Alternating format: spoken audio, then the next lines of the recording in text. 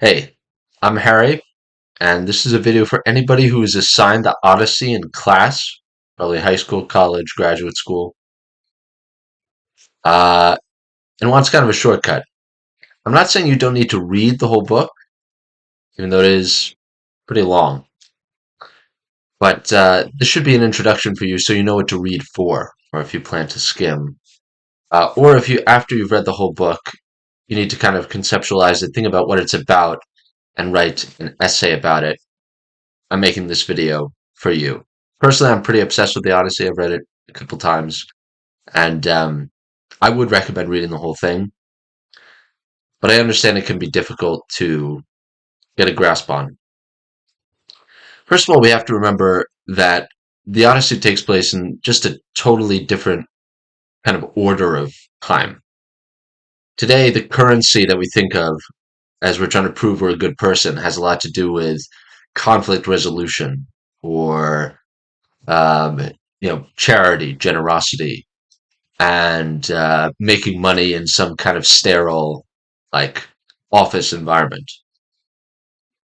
The Greece in which this book takes place, it takes place mostly in Ithaca or in the islands around Ithaca, between Troy and Ithaca, as as Odysseus makes his way home, and as Telemachus leaves Ithaca briefly, and then goes to Pylos, and then comes back. And in this era in in in Greece in pre-Christian times,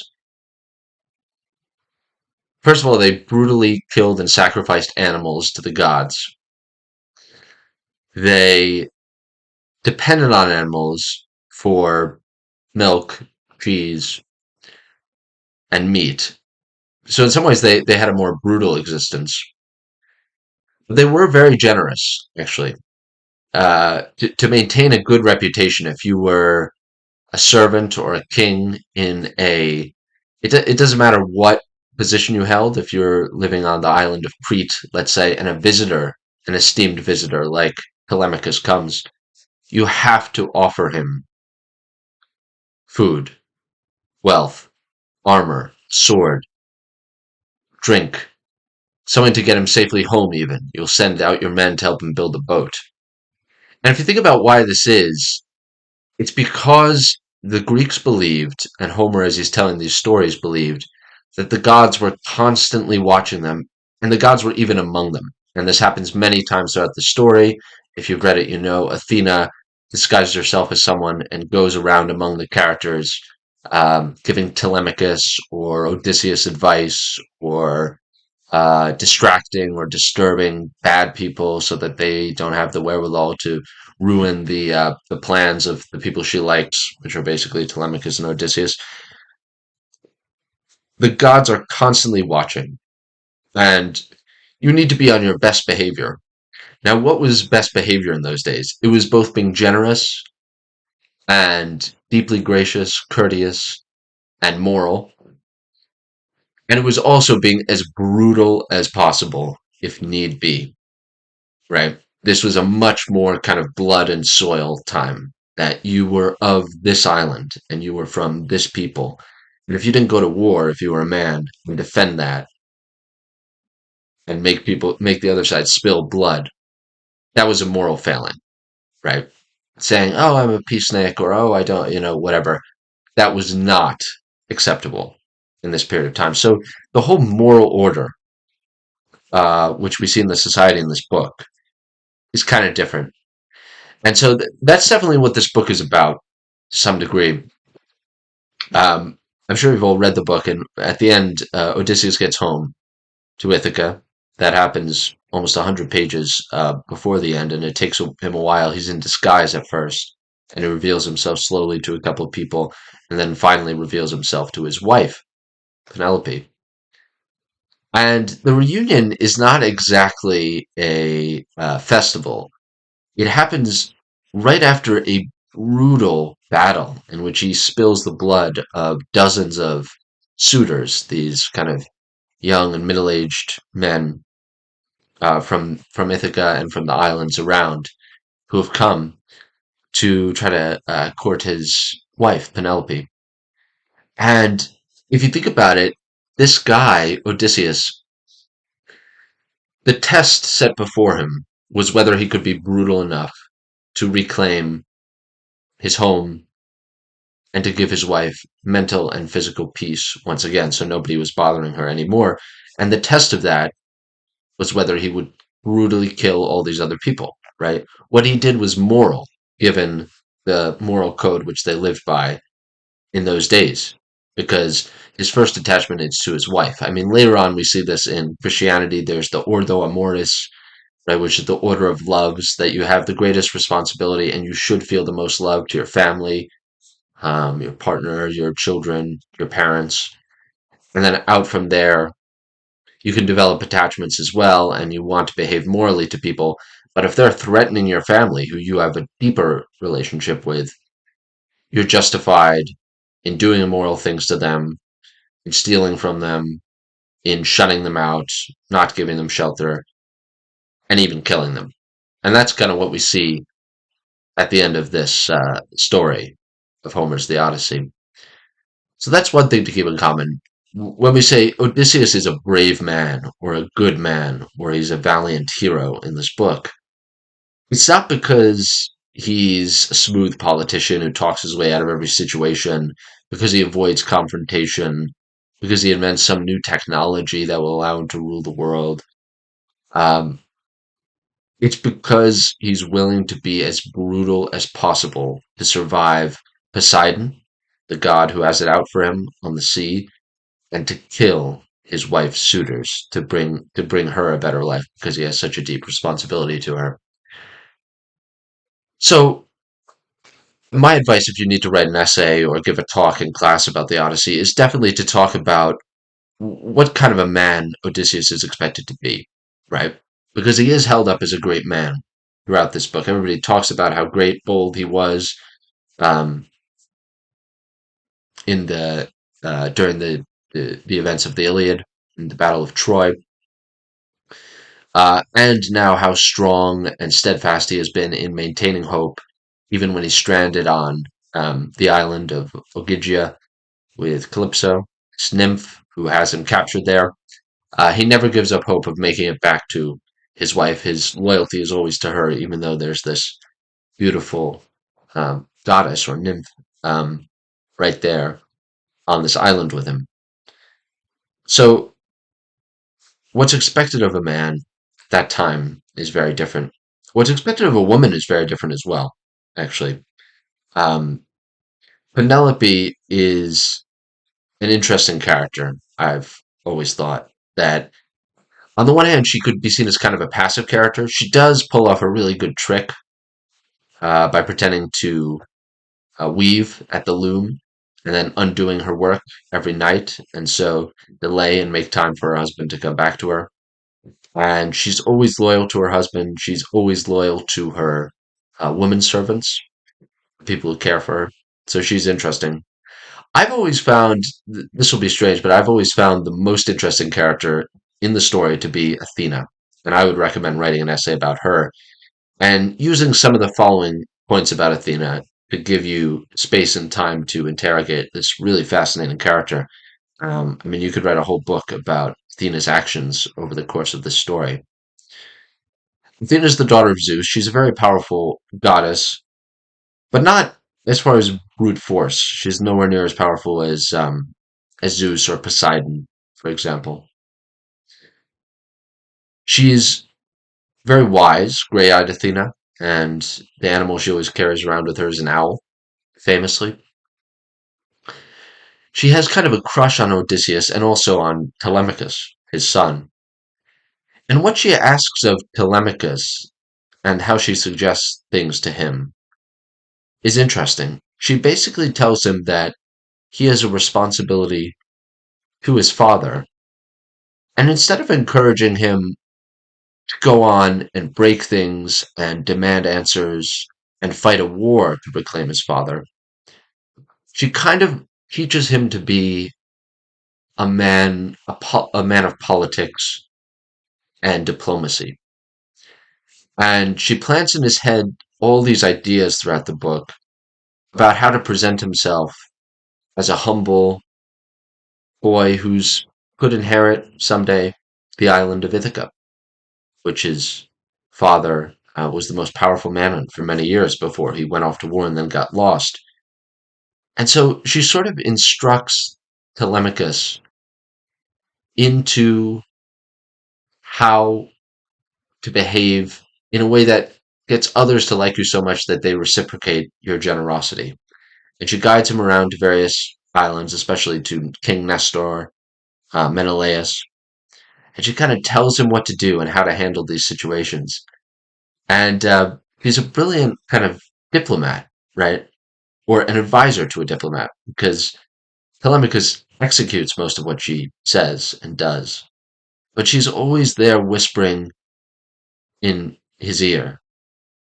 And whenever he feels insecure, he says, "Oh, I'm not, I've never been a ruler. I've never been to war.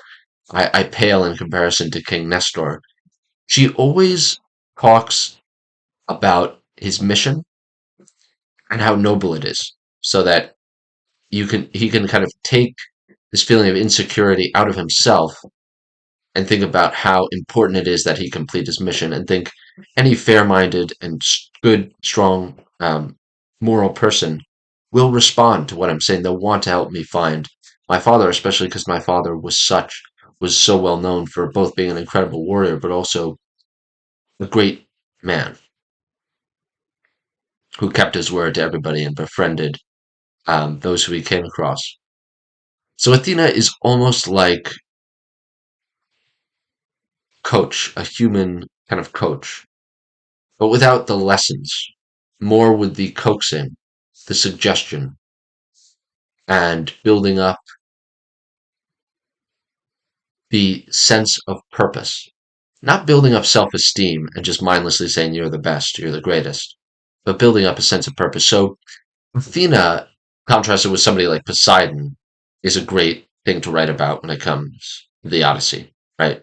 Poseidon's moral compass and his logic just so much to do with ruling over his domain, punishing those who come into his seas who he doesn't like, and Athena, who is all about whispering and making people see how moral and how important their goals are, to give them a little bit more motivation to work hard and to reveal themselves, to put themselves out there in order for others to be able to help them.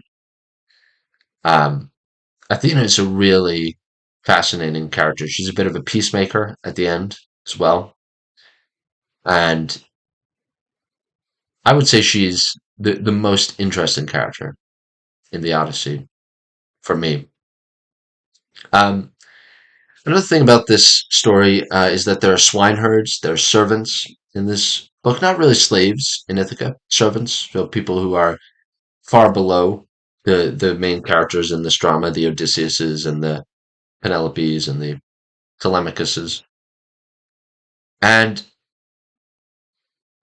the way Homer tells this story, or the way it was passed down to Homer, is that they are rewarded because they've attached themselves to moral men like Telemachus and Odysseus. They are rewarded in proportion to their loyalty. And so they don't complain or whine about their job. They feel privileged to just live on this beautiful island in Ithaca and care for these oxen and sheep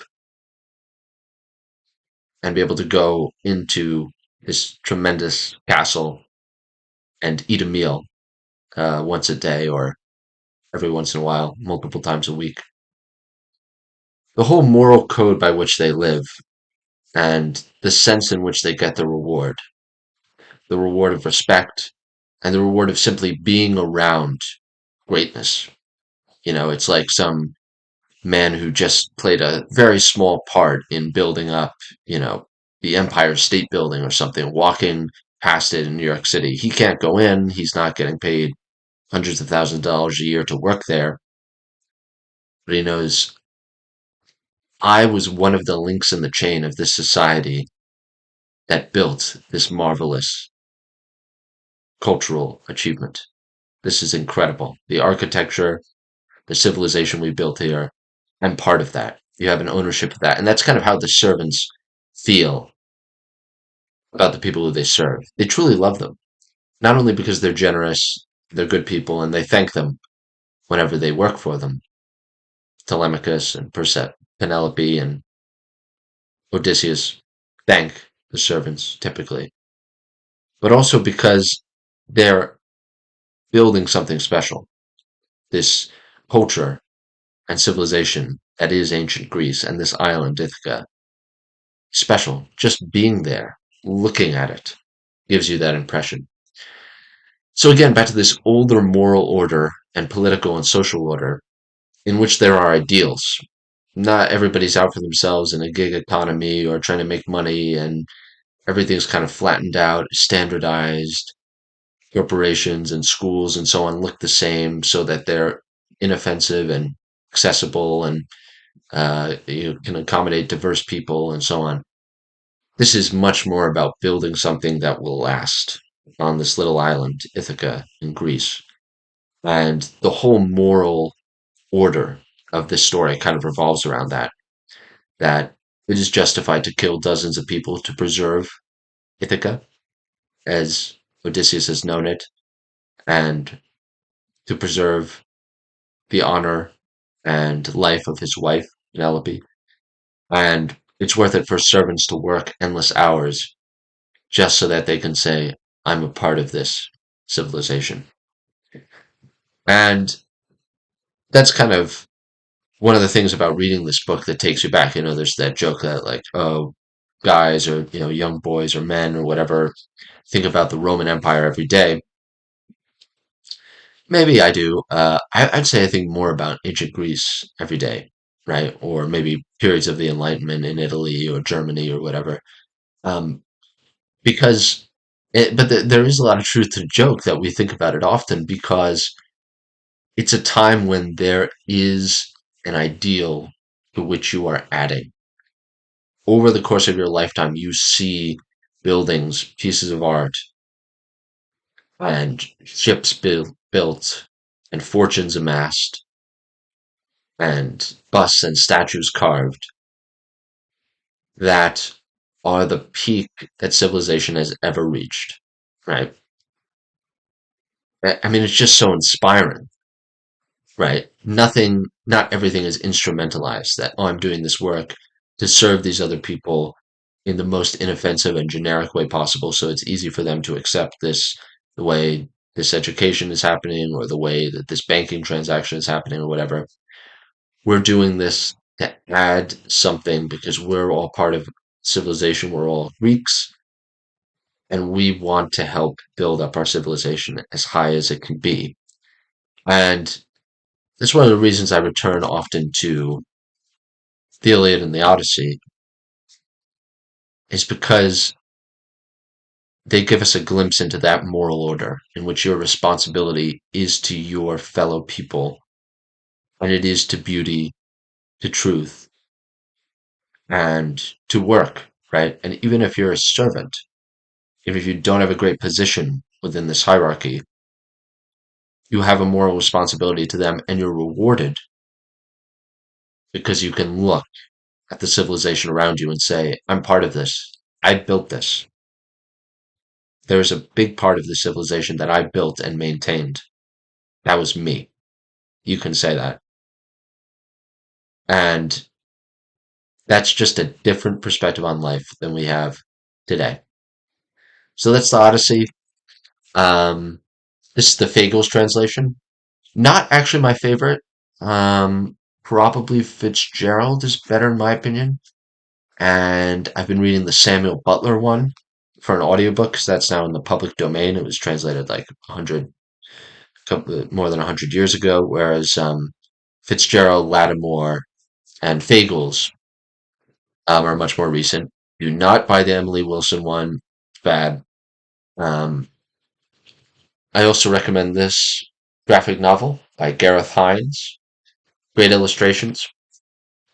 Um, but you really should read the whole book. I would say Fitzgerald, but if not, Fagles, Lattimore are great. And those are some ideas uh, That should give you something to write about. You need to write about the Odyssey, you need to present on it, you need to talk about it in class. Very rich book, but those are the highlights in my opinion.